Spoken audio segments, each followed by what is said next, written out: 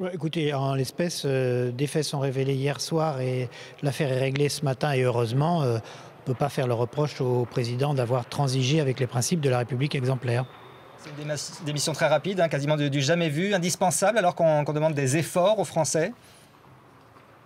Oui, de 2 fois indispensable. Une fois parce que quand on est accusé de manquement à la déontologie, il faut retrouver sa liberté pour se défendre. C'est la raison qu'a donnée Aquilino Morel et il a bien fait. Et puis une deuxième fois parce que ce qu'on a appris de son comportement à l'Élysée correspond absolument pas à l'éthique et à la rigueur que ceux qui servent l'État doivent avoir, à plus forte raison quand ils sont si proches du président. Pour ce qui est de la déontologie, il y a des structures, des juridictions qui sont à même de juger si les faits sont avérés, donc elles le feront.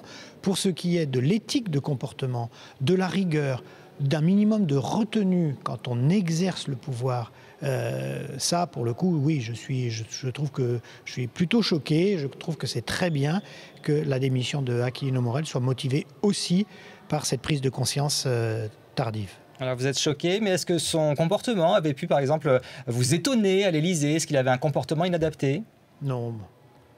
Bah, nous, on n'en sait rien. Les parlementaires, vous savez, on va très peu à l'Élysée. Donc, ici, on travaille à des sujets de législation. On ne connaît pas la vie des conseillers du président. Alors apparemment, hein, selon Mediapart, au Parti socialiste, on connaissait les activités d'Aquilino Morel, notamment le fait qu'il ait travaillé pour des laboratoires pharmaceutiques. Le président pouvait-il ne pas être au courant? Comment voulez-vous que je vous dise? Comment voulez-vous que je n'en sais strictement rien. Le président préside la République. À mon avis, il a autre chose à faire que s'intéresser à la vie détaillée de chacun de ses collaborateurs. Ce que j'observe, c'est que dès que les faits ont été avérés, et la démission de l'impétrant a été immédiate, et c'est tant mieux. Alors vous êtes parlementaire, est-ce qu'il faut aller plus loin dans la transparence dans la vie politique? Marie-Noëlle Lienemann dit qu'il faut une totale étanchéité entre la fonction publique et des missions privées.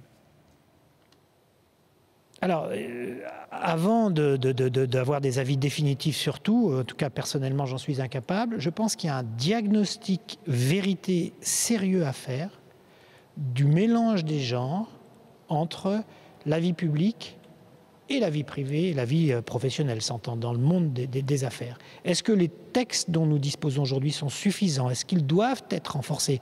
C'est plutôt ce que je crois.